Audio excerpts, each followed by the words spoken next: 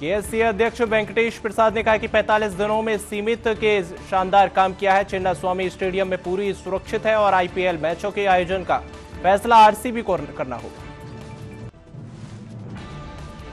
अमेरिकी राष्ट्रपति Donald Trump world economic forum 2026 में शामिल होने के लिए स्विट्जरलैंड पहुंच गए हैं। A spirit of dialogues theme पर आधारित ये बैठक वे वैश्विक नेताओं और उद्योगपतियों के साथ चर्चा करेंगे। केंद्रीय संचार मंत्री ज्योतिरादित्य सिंधिया ने भारत के 6G रोड मैप का बड़ा बयान दिया है। उन्होंने कहा है कि भारत का लक्ष्य 6G पेटेंट 10% योगदान देना है, जिसमें अब 1800 से अधिक संगठन और आईआईटी सक्रिय रूप से शामिल हैं।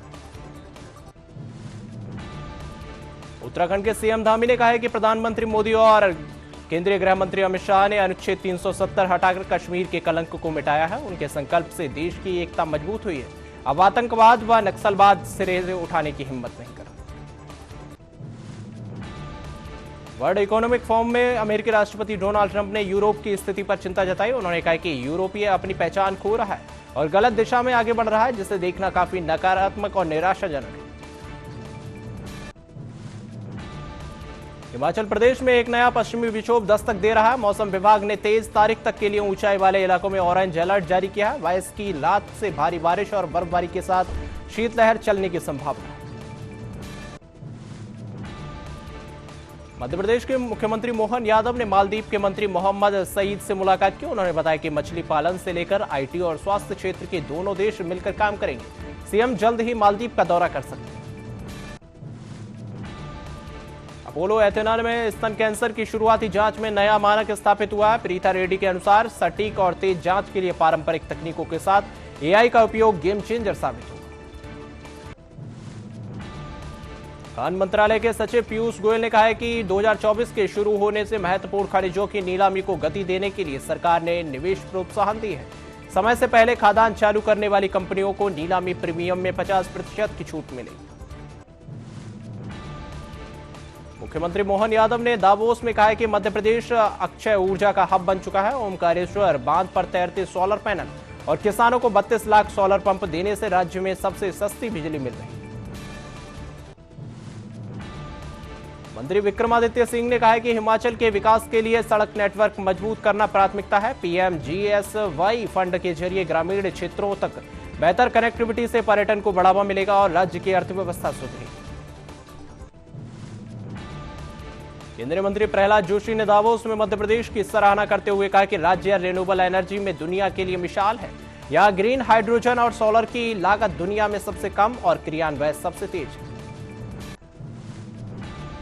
वाराणसी के घाट पर एक विदेशी जोड़े ने सनातन परंपरा के प्रति अपनी श्रद्धा प्रकट की। उन्होंने पूरी तरह हिंदू रीति रिवाजों मंत्रोच्चार के बीच गंगा किनारे 7 फेरे लिए। गणतंत्र दिवस 2026 से पहले श्रीनगर पुलिस ने सुरक्षा व्यवस्था कड़ी कर दी है। शहर के रणनीतिक स्थानों और असंवेदनशील इलाकों में रात के समय औचक निरीक्षण, सघन तलाशी और मोबाइल गश्त के जरिए कड़ी निगरानी की जा रही है।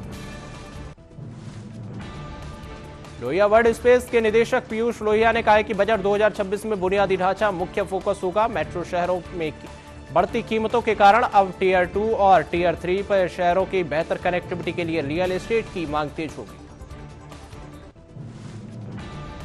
धारावी के चमड़ा व्यापारियों के बजट 2026 के निर्यात प्रोत्साहन ऋण पर आसान पहुंच और जीएसटी राहत की मांग तेज हो गई। ट्रंप प्रशासन द्वारा लगाए गए टैरिफ के कारण अंतर्राष्ट्रीय बाजार में भारतीय सामान महंगा हो गया है, जिससे निर्यातक में भारी चिंता जताई। आईएसएफ ने कोलकाता में जनसभा कर आगामी विधानसभा चुनाव 2026 के लिए समर्थन मांगा। पार्टी ने राज्य में स्वास्थ्य और शिक्षा व्यवस्था को बेहतर बनाने के वादे के साथ मतदाताओं से साथ आने की अपील। बीजेपी अध्यक्ष नितिन नवीन की बैठक में बूथ स्तर पर मजबूती और योजनाओं के प्रभावी क्रियान्वयन पर जोर दिया गया। अपराजिता सारंगी ने कहा कि सभी को जिम्मेदारी सौंपकर समाज के हर वर्ग के साथ जोड़ना पार्टी का मुख्य लक्ष्य है। टीवी के नेता सीटीआर निर्मल कुमार ने दावा किया है कि 2026 में विजय मुख्यमंत्री बनेंगे। उन्होंने कहा कि विजय का शासन अन्य राज्यों के एक मॉडल बनेगा और एक तमिलनाडु के विकास के लिए एक स्वर्णिम युग की शुरुआत होगी। मुख्यमंत्री हेमंत सोरेन के नेतृत्व में झारखंड पहली बार दावोस में शामिल होगा। व्हाइट बेंच से सम्मानित सोरेन ने वैश्विक मंच पर राज्य की हरित ऊर्जा क्षमता और दीर्घकालिक विकास योजनाओं को दुनिया के सामने प्रस्तुत किया। एनडीएमसी उपाध्यक्ष कुलदीप चहल ने कहा कि प्रदूषण कम करने के लिए एंटी स्मॉग गन और सड़कों की धुलाई और मिस्टिंग जैसे उपाय किए जा रहे हैं। धूल नियंत्रण और इलेक्ट्रिक वाहनों को बढ़ावा देकर ग्रीन कवर बढ़ाने पर विशेष जोर दिया गया। डिप्टी सीएम ब्रजेश पाठक ने हापुड़ में जिला अस्पताल का औचक निरीक्षण किया, मरीजों का हाल जाना। उन्होंने निर्माणाधीन जेल की गुणवत्ता जांची और अधिकारियों को चेतावनी दी कि जन सुविधाओं में लापरवाही किसी भी कीमत पर बर्दाश्त नहीं की जाएगी। केंद्रीय मंत्री अनुप्रिया पटेल ने मेडिकल शिक्षा में एआई पर आधारित ऑनलाइन ट्रेनिंग प्रोग्राम लॉन्च किया है। 6 महीने के इस विशेष कोर्स में अब तक 42,000 से ज्यादा डॉक्टरों ने पंजीकरण कराया, जो स्वास्थ्य क्षेत्र में तकनीकी को बढ़ाता है। शिमला के कुल्लू और रिकांगपिओ के लिए आज से हेलीकॉप्टर सेवा शुरू कर दी गई है। हेरिटेज एविएशन द्वारा संचालित 6 सीटर हेलीकॉप्टर कुल्लू के लिए 3,500 और रिकांगपिओ के लिए 4,000 किराए पर रोजाना उड़ान भरेगा। कर्नाटक सरकार और राज्यपाल के बीच अभिभाषण को लेकर टकराव बढ़ गया है। कानून मंत्री एच.के. पाटिल ने कहा है कि राज्यपाल को सरकार द्वारा भेजे गए 11 पैराग्राफ पर आपत्ति है, जबकि सरकार इन्हें जनता की आवाज मानती है और बदलाव के पक्ष में नहीं है। पटियाला हाउस कोर्ट में मानहानि मामले में सुनवाई के बाद प्रिया सचदेव कपूर ने वरिष्ठ अधिवक्ता मनिंदर सिंह मीडिया के सामने आए। अदालत में इस मामले को लेकर कानूनी बारीकियों और पत्रकारों के दलीलों पर विस्तार से चर्चा की।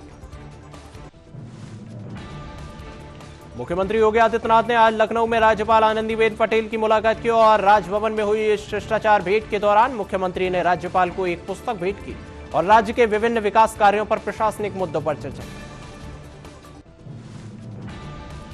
मुख्यमंत्री सुक्खू ने शिमला कुल्लू रेपांग पीओ हेली की सेवा शुरू की है। उन्होंने कहा कि पर्यटन हमारी प्राथमिकता है, जबकि पिछली बीजेपी सरकार के इस समय हजारों करोड़ों के भवन खाली पड़े रहे और यह योजना भी लंबित थी।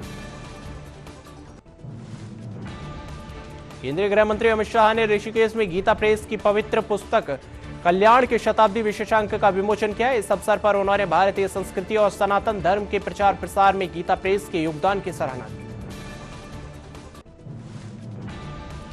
वाईएसआरसीपी नेता जगनमोहन रेड्डी ने आंध्र प्रदेश सरकार की शिक्षा नीति पर तीखा हमला बोला। उन्होंने आरोप लगाया है कि खराब प्रशासन के कारण सरकारी स्कूलों में पढ़ाई छोड़ने वाले बच्चों की संख्या में लगातार बढ़ोतरी हो रही है। रांची के बिरसा मुंडा मेमोरियल पार्क और संग्रहालय में भगवान बिरसा मुंडा की विरासत को संजोया गया है। पुरानी सेंट्रल जेल परिसर में बना यह स्थान आदिवासी प्रतिरोध, जल जंगल जमीन की लड़ाई और झारखंड की समृद्ध संस्कृति को गौरवशाली ढंग से दर्शाता है। भोपाल में आरकेडीएफ समूह के ठिकानों पर राजस्थान पुलिस ने छापा मारा है। विश्वविद्यालय में फर्जी डिग्री बांटने की गड़बड़ी के मामले में पुलिस की टीमें कई दफ्तरों में गहन जांच और दस्तावेज की खंगालने में जुटी हुई। सिंगरौली में विस्थापितों के लिए बनी पुनर्वास कॉलोनियों के निर्माण पर सवाल उठाए गए हैं। जनपद अध्यक्ष की मांग पर 22 जनवरी को गुणवत्ता की स्थानीय जांच होगी, जिसमें कंपनियों के मौजूद रहने के निर्देश दिए गए। वाराणसी के दाल मंडी में सड़क चौड़ीकरण हेतु अवैध निर्माण हटाए जा रहे हैं। सुरक्षा के कड़े इंतजामों के बीच प्रशासन का बुलडोजर चल रहा है। स्थानीय व्यापारियों में भारी हलचल। वाराणसी के दाल मंडी में 8 चिन्हित भवनों पर ध्वस्तीकरण की कार्रवाई शुरू कर दी गई है। सुरक्षा हेतु 400 से अधिक पुलिसकर्मी तैनात किए गए हैं। प्रशासन सड़क चौड़ीकरण के लिए पूरी तरह मुस्तैद है। शिवसेना ने पूर्व महापौर किशोरी पडड़ेकर ने नगर सेवकों को नेता नियुक्त किया है। पदभार संभालते ही उन्होंने उद्धव ठाकरे के प्रति निष्ठा जताई और जनता की सेवा करने का संकल्प दोहराया। बीजेपी नेता आरपी सिंह ने घुसपैठियों पर प्रधानमंत्री मोदी के बयान का समर्थन किया। उन्होंने क्षेत्रीय दलों पर वोट बैंक की राजनीति करने का आरोप लगाते हुए घुसपैठियों को वापस भेजने की मांग की। सांसद नरेश बंसल ने डेमोग्राफी में बदलाव पर चिंता जताते हुए कहा कि विकसित भारत 2047 के लक्ष्य के लिए घुसपैठियों को बाहर निकालना और संसाधनों की नागरिकों की हेतु सुरक्षित करना अनिवार्य है। उत्तराखंड के मुख्यमंत्री धामी ने उपनयन कर्मचारियों के लिए समान कार्य समान वेतन के अधिकार पर मानदेय बढ़ाने की घोषणा की है। साथ ही आगामी बजट को जन सुझावों के आधार पर समावेशी बनाने का आश्वासन दिया। बुढ़ाली गांव में हथियारबंद 4 नकाबपोशा बदमाशों ने छत के रास्ते घुसकर परिवार को बंधक बनाया। बदमाश 4 लाख नकद और लाखों के जेवर लूटकर फरार हो गया। पुलिस जांच में जुटी हुई। एसएसपी कार्यालय के पास उत्पीड़न से परेशान श्रवण कुमार ने आत्मदाह की कोशिश की। सतर्क पुलिस और गुप्तचर एजेंसी के समय रहते उसे बचाकर हिरासत में लिया गया। पुलिस अब मामले की जांच कर रही है। देर रात गांधी चौक स्थित गर्ग मेडिकल स्टोर में भीषण आग लगी और लाखों की दवाइयां जलकर राख हो गई। फायर ब्रिगेड ने घंटों की कड़ी मशक्कत के बाद आग पर काबू पाया। जगतगुरु रामभद्राचार्य ने स्वामी अवमुक्तेश्वरानंद पर निशाना साधते हुए कहा कि रथ से गंगा घाट जाना नियमों के विरुद्ध है। उन्होंने पुलिस की कार्रवाई और उत्तर प्रदेश सरकार के नोटिस को सही ठहराया। शिवसेना सांसद प्रियंका चतुर्वेदी ने बांग्लादेश में हिंदुओं पर हो रहे हमलों और बढ़ती भारत विरोधी नफरत पर चिंता जताई। उन्होंने राजनायक के परिवारों को वापस बुलाने और केंद्र के फैसले का समर्थन किया। वेतन वृद्धि की मांग को लेकर प्रदर्शन कर रही आशा वर्कर्स और कोलकाता पुलिस के बीच तीखी झड़प हुई। धर्मतला जा रही कार्यकर्ताओं को रोकने पर हाथापाई हुई, जिससे इलाके में भारी तनाव व्याप्त हुआ है। बिहार सरकार के मंत्री और बीजेपी नेता नितिन नवीन के पटना स्थित आवास पर भव्य अष्टयाम समारोह का आयोजन किया गया। इस धार्मिक अनुष्ठान में भारी संख्या में श्रद्धालु और गणमान्य लोग एकजुट हो रहे। मुख्यमंत्री योगी आदित्यनाथ ने उत्तर प्रदेश दिवस 2026 की तैयारियों की समीक्षा बैठक की। इस बार मुख्य अतिथि गृह मंत्री अमित शाह होंगे। लखनऊ के राष्ट्रीय प्रेरणा स्थल पर यह भव्य जनोत्सव का आयोजन होगा, जिसमें एक जनपद एक व्यंजन मुख्य आकर्षण रहेगा। बमरौली एयरवेज से उड़े वायुसेना के माइक्रोलाइट विमान की तकनीकी खराबी के कारण तालाब में इमरजेंसी लैंडिंग कराई गई। सुरक्षित पैरासूट लैंडिंग के कारण दोनों पायलट बाल बाल बचे। एसडीआरएफ पुलिस रेस्क्यू टीम में जुटी। अभिषेक बच्चन ने बताया कि घूमर की शूटिंग से पहले ही यूरोपीय T20 लीग पर विचार बना चुका है और उन्होंने भारतीय महिला क्रिकेट टीम के साथ काम करने के अनुभव को शानदार बताया और कहा कि क्रिकेट उनके जीवन का अभिन्न हिस्सा है।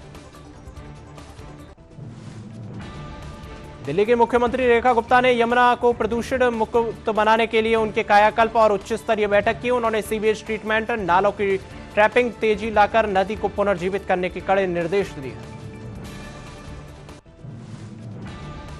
गुजरात जायंट्स के खिलाड़ी सोफी डिजाइन ने घरेलू मैदान पर खेलने को खास बताया। उन्होंने कहा कि टीम का लक्ष्य WPL जीतना है। बल्लेबाजी में मजबूत के साथ अब टीम परिस्थितियों के अनुसार गेंदबाजी में सुधार पर ध्यान दे रही है। कांग्रेस नेता दिग्विजय सिंह के बयान पर पलटवार करते हुए डिप्टी सीएम केशव प्रसाद मौर्य ने कहा कि सब मानसिकता का खेल है। उन्होंने स्पष्ट किया कि बीजेपी सरकार सबका साथ सबका विकास के मंत्र पर आगे बढ़ रही है। उत्तर प्रदेश के डिप्टी सीएम केशव प्रसाद मौर्य ने पीठासीन अधिकारियों के सम्मेलन को यूपी का सौभाग्य बताया। उन्होंने अखिलेश यादव पर तंज कसते हुए कहा कि विपक्षी नेता 2047 तक सत्ता में आने के मुंगेरी लाल जैसे हसीन सपने देख रहे हैं। बॉलीवुड अभिनेता सुनील शेट्टी आज धार्मिक नगरी उज्जैन पहुंचे। उन्होंने विश्व प्रसिद्ध श्री महाकालेश्वर मंदिर के गर्भगृह के दर्शन किए। बाबा महाकाल से विशेष पूजा अर्चना कर देश की सुख शांति समृद्धि की कामना की।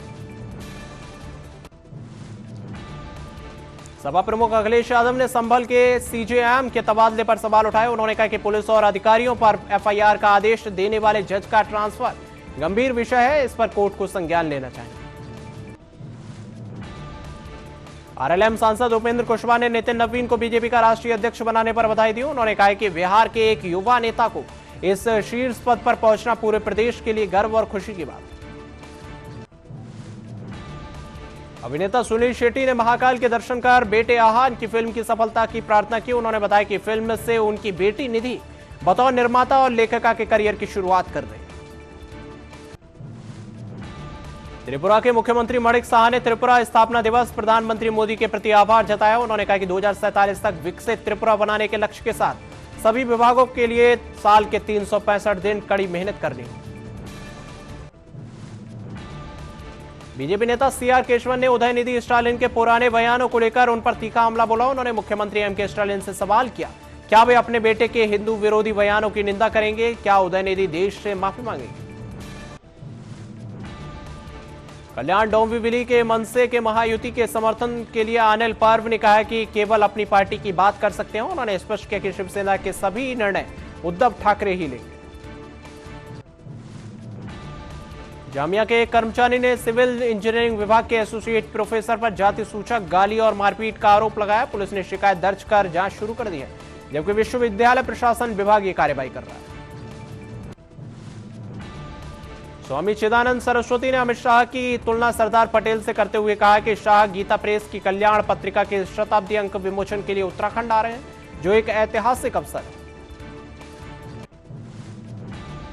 डीसीपी इंदिरा मुखर्जी ने बताया कि बिना पूर्व सूचना के लगभग 2500 आशा वर्कर एम्प्लॉयड की मार्च कर रहे हैं। यातायात व्यवस्था को सुचारू रखने के लिए भीड़ नियंत्रण करने के लिए पुलिस ने उन्हें रास्ते में ही रोक दिया।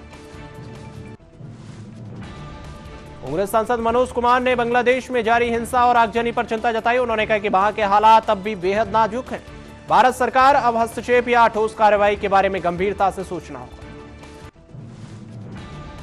मणिपुर के 55वें राज्य स्थापना दिवस पर राज्यपाल अजय कुमार भल्ला ने 1st battalion Manipur rifles parade ground में तिरंगा फहराया। उन्होंने सभा को संबोधित करते हुए राज्य की प्रगति और शांति पर जोर दिया।